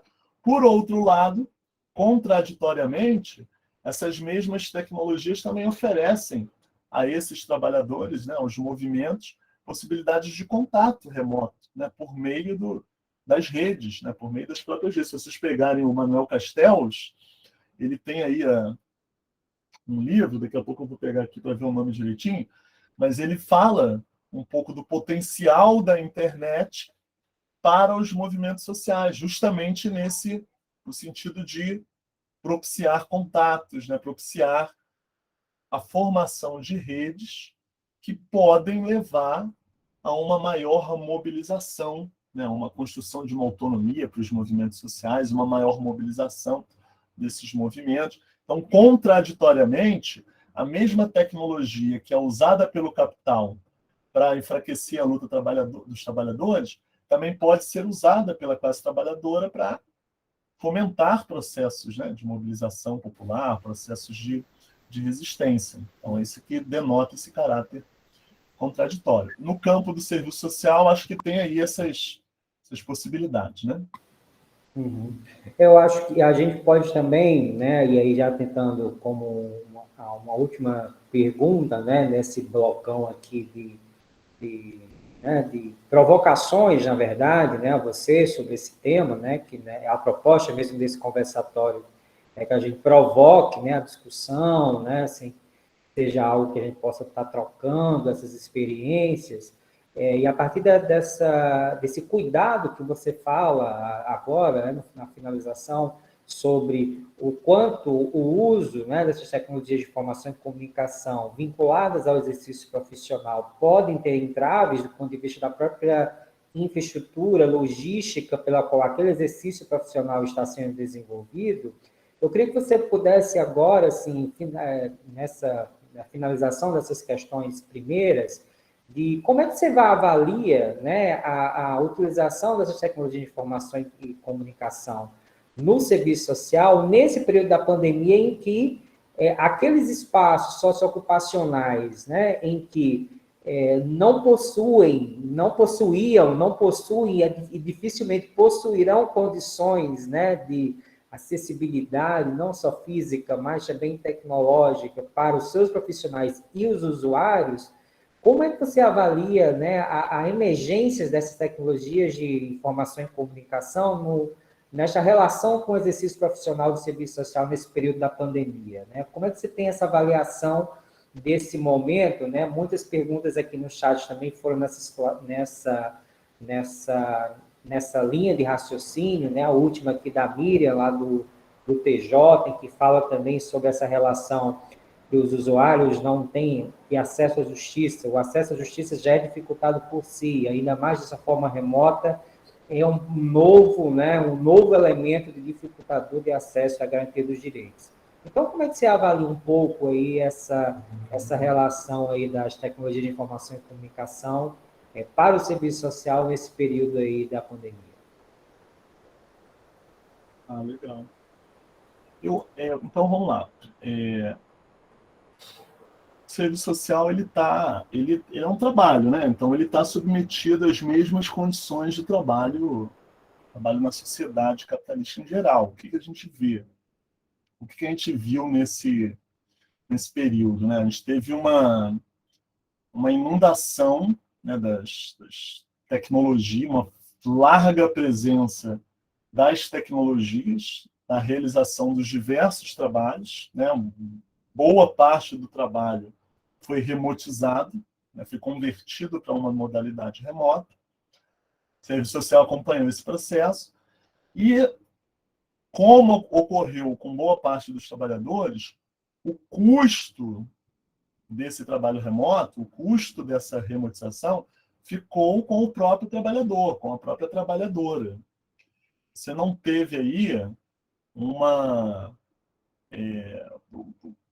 Para o capital, olha como foi interessante, olha a oportunidade que a pandemia ofereceu para o capital em termos de redução de custo, né, em termos econômicos e em termos políticos, né? Ao mesmo tempo, proporcionou uma redução de custo enorme e, ao mesmo tempo, proporcionou um controle ainda mais vigoroso dos trabalhadores, né? Então, você tem aí a adoção de práticas remotas, de modalidades remotas de realização do trabalho, em que o custo da atividade presencial deixou de existir para o capital, deixou de existir para as empresas. Mas ele não deixou de existir. Ele foi apenas transferido, ele foi repassado para um outro sujeito, né, para uma outra pessoa. Isso é um mito, inclusive, isso é um mito muito marcante, né, muito conhecido da tecnologia, né? Essa ideia de que a tecnologia reduz o custo. A tecnologia reduz o custo da atividade e tal. Na verdade, ela não reduz o custo, ela repassa esse custo para uma outra pessoa, para um outro sujeito. Isso aconteceu no trabalho remoto, com o repasse do custo da atividade para o próprio trabalhador.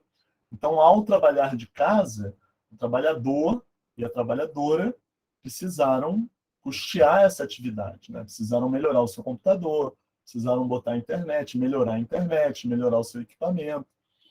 Tem aqui uma matéria, um dado que eu sempre cito, referente desse ano, né, de 2021, de fevereiro de 2021, referente à economia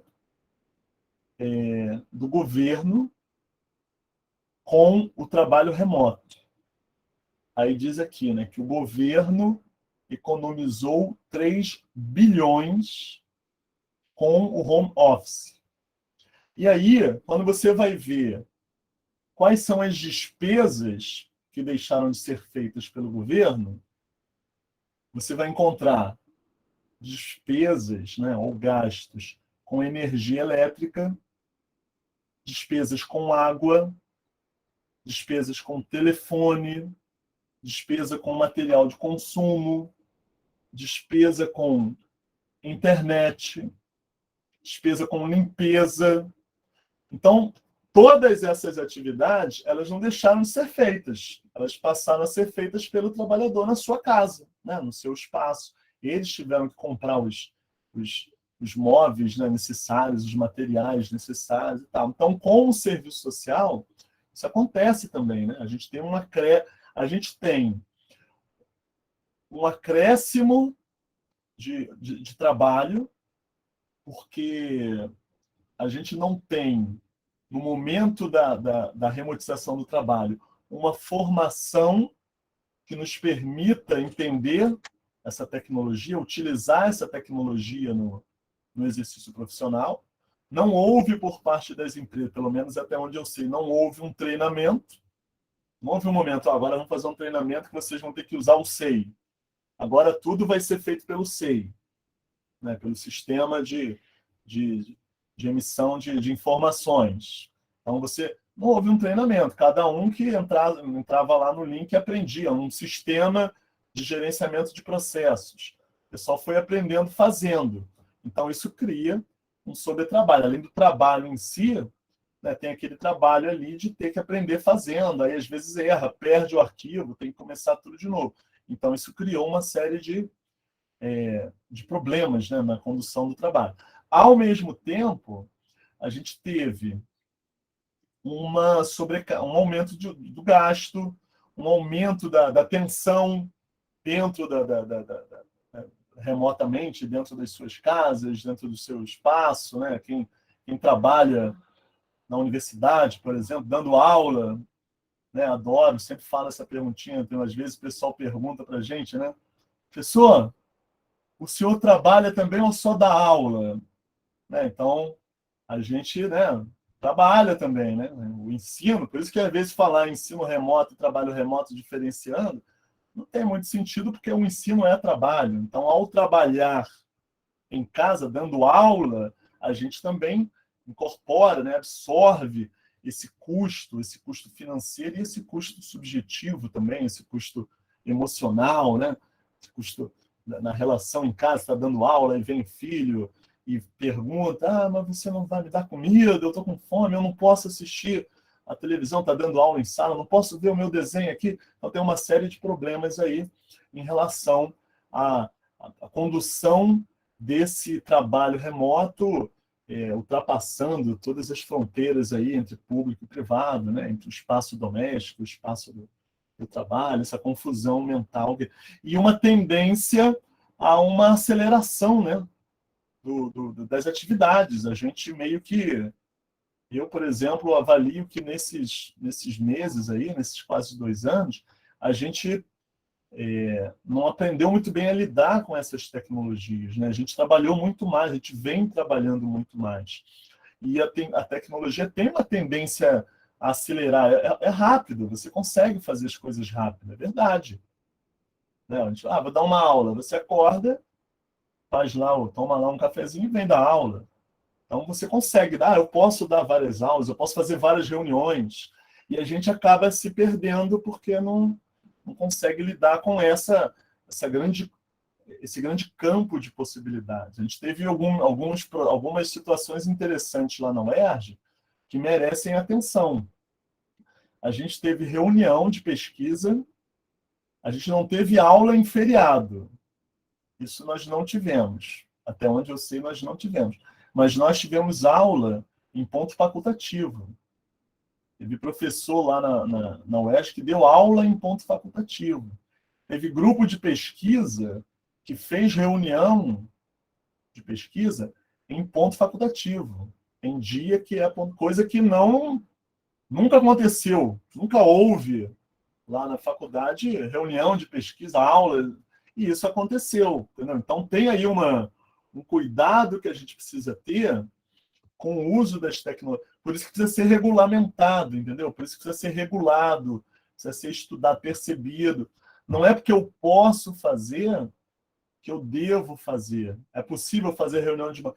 Teve vários momentos aí que a gente se pegou fazendo reunião de manhã, de tarde e de noite, né? E vai colocando na agenda e tal, até chegar um momento que agora a gente precisa bloquear, né, determinados horários, porque senão a gente vai colocando atividade ali. Então tem uma tendência a uma aceleração, a uma maior velocidade na realização das tarefas, e se a gente não tomar cuidado quando vê, a gente está totalmente... E o capital percebe isso, né? As empresas percebem isso e tentam se aproveitar dessas características, né? Desses aspectos que as tecnologias nos trazem. Então, acho que tem alguns impactos para o exercício profissional, a gente precisa ver isso com calma, por isso que tem que discutir, tem que entender, tem que estar presente na forma... O que a gente está fazendo aqui agora é uma roda de conversa, um bate-papo.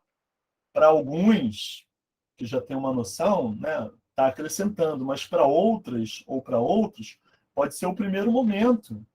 A pessoa está ouvindo falar em tecnologia, nunca ouvi falar nisso. Por quê? Porque a gente não tem esse ponto, não tem esse tópico, não tem essa matéria na formação profissional. E eu acho que precisa ter. Né? Eu acho que já precisava antes. Eu acho que o que a pandemia faz é reforçar essa necessidade, né? Tem que debater. É importante ter o debate fora da sala de aula. É importante ter o debate extra-classe, né? Atividade, mas é importante ter a disciplina também que discuta isso. A gente teve agora no PPG uma disciplina, uma disciplina letiva, que é para pensar o trabalho remoto, a tecnologia e o serviço social. E é algo extremamente novo, né? A primeira experiência no Brasil, né, de uma disciplina, né, organizada, sistematizada para discutir a relação tecnologia, trabalho e serviço social. E isso precisa se repetir, isso precisa acontecer na pós-graduação, mas tem que acontecer também na graduação, para a gente poder entender o que é isso e construir, reduzir essa resistência, né? Existe uma resistência? Existe.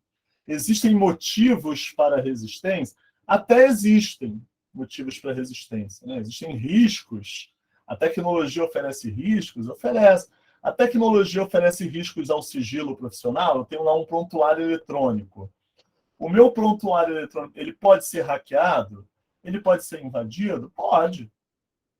Da mesma forma que o meu arquivo de ferro, ele também pode ser invadido. Né? O cara pode quebrar o cadeado, abrir o arquivo e pegar lá o documento. A mesma coisa acontece no prontuário eletrônico. Pode ser invadido, mas existem meios de segurança, né, que garantem uma segurança maior, né, de segurança da informação, criptografar, da mesma forma que existem meios de você deixar o arquivo físico lá mais bem protegido, né, guardar direitinho, com chave, com tudo. E esses mecanismos de segurança da informação precisam ser aprendidos, né? Precisam ser estudados, conhecidos. Por isso que a gente precisa ter esse tema na formação profissional, precisa debater isso de uma forma mais detalhada, né? Uma forma mais presente no conjunto da formação profissional. E, além disso, atividades como conversas, né? debates sobre o tema, mas que não seja a responsabilidade pela introdução do tema, né? do problema, não seja apenas de atividades extra-classe, precisa estar presente de forma mais orgânica na formação profissional. E uma última coisinha para terminar mesmo, que alguém também pontuou aqui, que é a questão da exclusão digital. Existe um fenômeno, né, que é chamado de exclusão digital. O nome não é dos melhores, mas é o que é mais conhecido, que eu gosto. Né? A exclusão digital, geralmente, ela se refere a obstáculos ao acesso a equipamentos e à conectividade. Então, é considerado um excluído ou uma excluída digital aquela pessoa que não consegue acessar equipamentos, computadores, celulares e conectividade, internet. E aí não é por acesso, entenda não apenas o acesso ao equipamento em si, mas também o conhecimento sobre o uso do equipamento. Então, quando você não sabe usar, você tem o computador, mas não sabe usar, é uma forma de exclusão digital. Eu gosto de pensar a exclusão digital como uma das expressões da questão social, né? Porque quem está nessa condição, né, de exclusão digital, na verdade, ele está sofrendo os impactos das desigualdades sociais de forma ampla, né? Ele está sofrendo os impactos das expressões da questão social. Então, a exclusão digital, ela é uma das expressões da questão social. A pessoa está numa condição de falta de acesso aos recursos tecnológicos e à conectividade, é porque ela não tem dificuldade no acesso apenas desses recursos, mas de uma série de outros recursos, né? Anteriores, inclusive, né? Condições de vida, saneamento básico, moradia, trabalho, saúde, e a questão da exclusão digital é mais uma das questões às quais, né, das expressões às quais ela está exposta. Então, acho que o investimento, do ponto de vista de acesso a equipamento, né, mas tomando cuidado de não virar uma ação de consumo, né, porque, lógico, que as empresas vão adorar ações de combate à exclusão digital, ações de inclusão digital, em que haja compra de equipamentos para distribuir para o pessoal. É lógico, as empresas vão adorar, porque elas vão vender os equipamentos, e aí as ações de inclusão digital acabam sendo ações de estímulo ao consumo.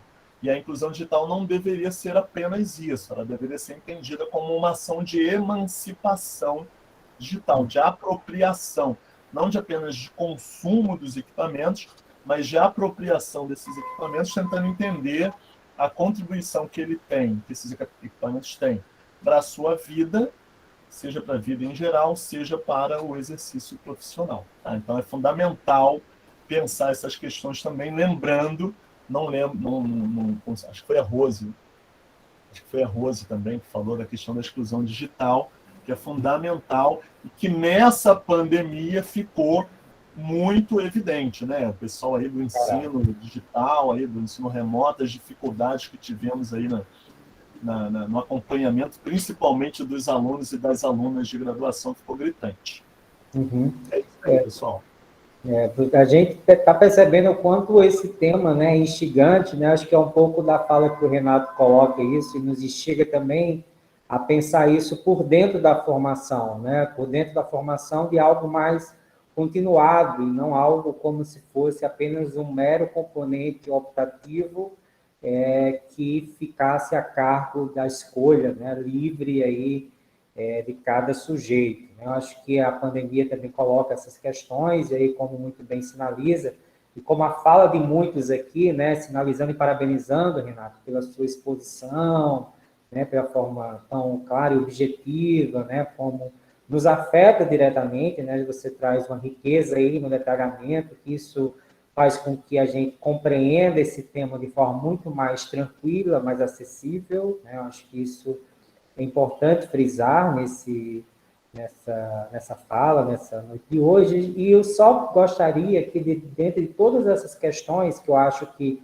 de alguma forma, já chegou a ser pautada, né, pontuado por você, Renato, só mesmo para a gente já finalizar, pelo adiantado já da hora, né, que as pessoas já tinham se programado, se você pudesse retomar um pouco a questão que a Gabriele faz, né, e nos provoca, e nos tensiona para pensar os próximos passos, os próximos dias da nossa vida, se esse atendimento remoto, como você também já falou aí, com todas as implicações, na sua avaliação, ele deve ser uma tendência em continuar no período pós-pandemia, né?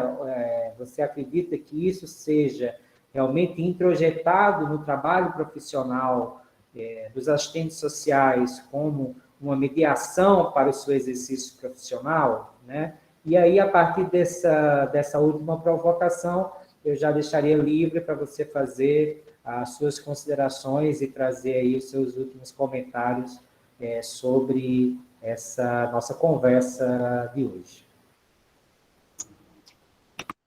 Me parece que essa vai ser uma das maiores questões, né, que vão aí tensionar o debate sobre a aplicação das tecnologias no trabalho.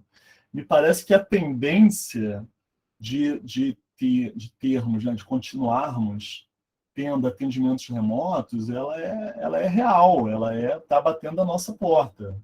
E assim, é do interesse das instituições empregadoras que os atendimentos permaneçam remotos, porque para eles tem uma série de vantagens.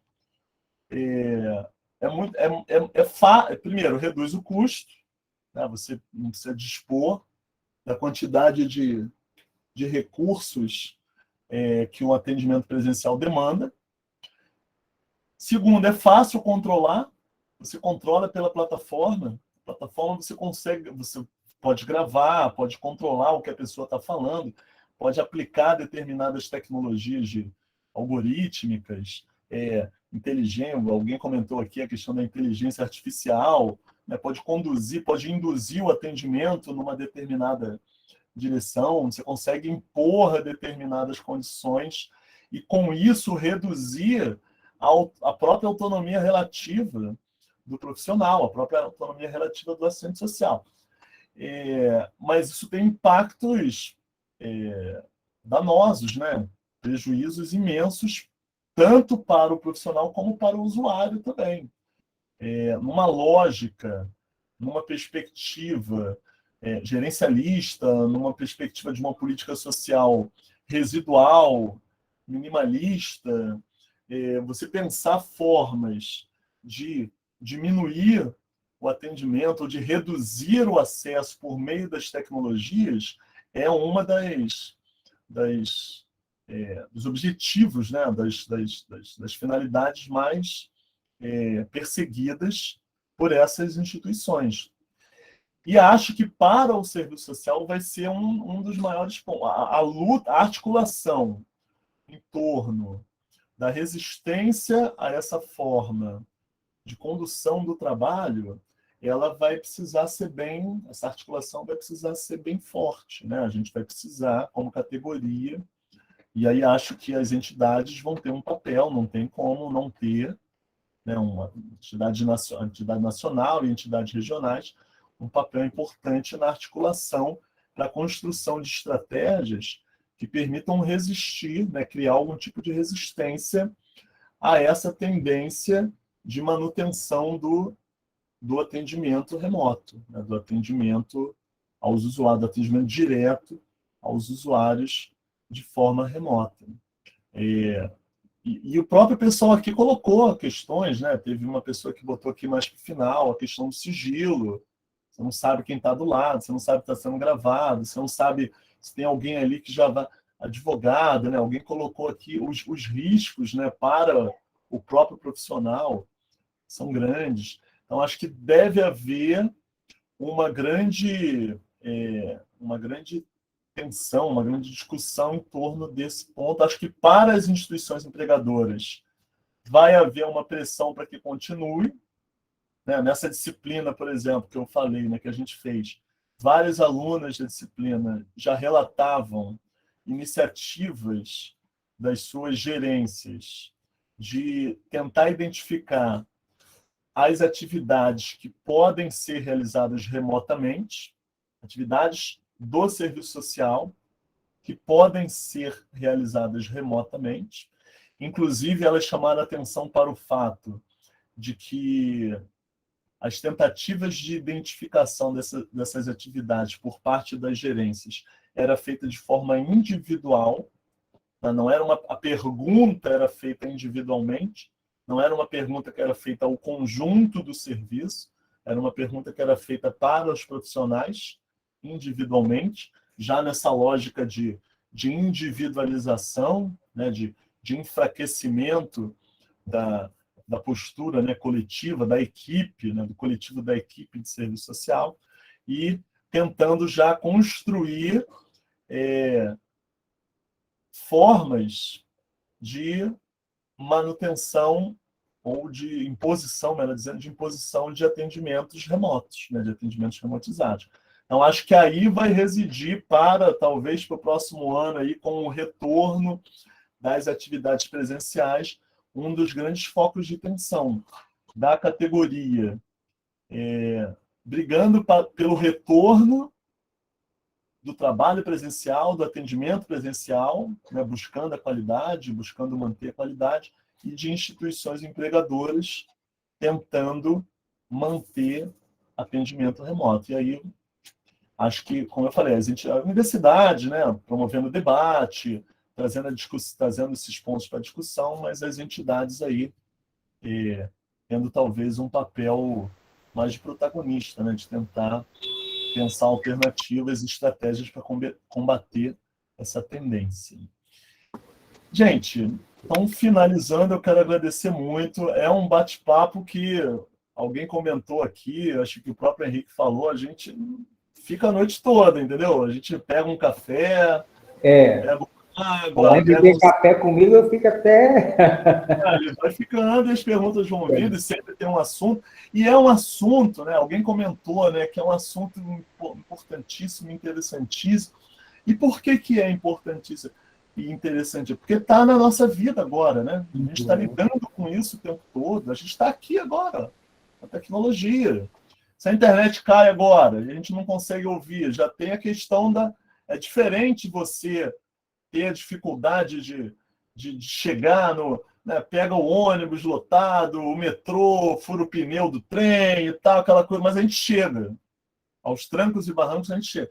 Aqui não tem jeito, né? Se a internet não funciona, a gente não chega. Então, para quem não tem acesso à internet, olha o tamanho do prejuízo. Olha o tamanho do problema. Então, a tecnologia...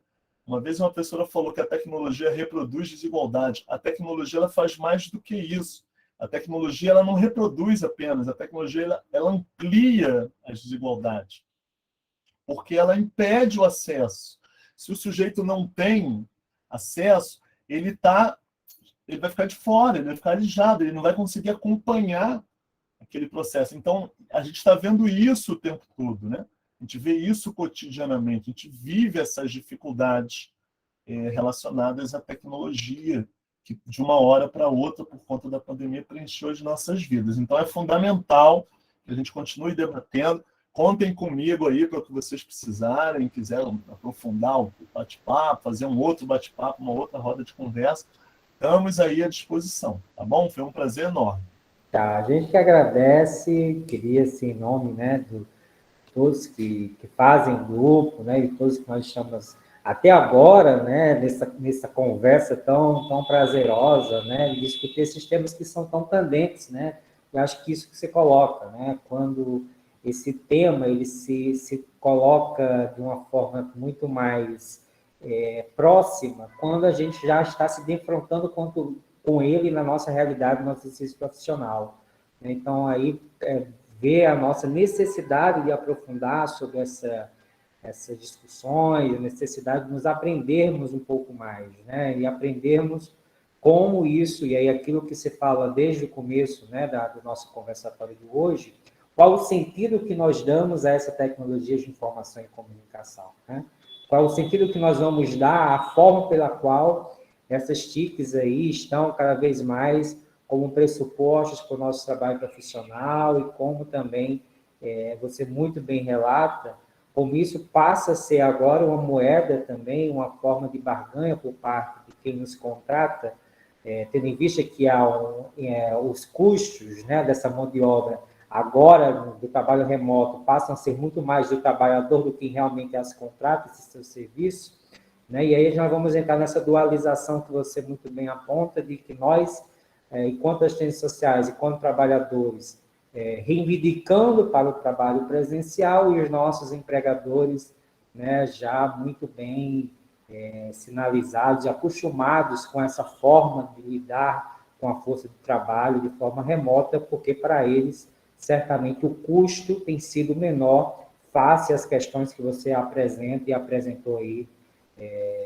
na nossa noite de hoje. Então, eu queria muito agradecer a sua disponibilidade, a sua clareza, a sua objetividade, agradecer a todos que estiveram aqui conosco também nessa noite de hoje, dizer que a gravação vai ficar lá no YouTube, né, do grupo, né, para disponibilizado aí para todos, para poderem acessar, e com isso a gente finaliza, então, ao nosso conversatório de hoje, agradecendo mais uma vez a participação e agradecendo ao professor Renato pela brilhante fala, pelas esclarecedoras provocações, né, que a gente sai daqui muito mais com provocações do que com certezas, que acho que é esse o caminho, né, de todo aquele que deseja entender a realidade da forma tão caótica como ela se apresenta. Então, agradeço, né, a todos e a todas por essa noite, por esse debate.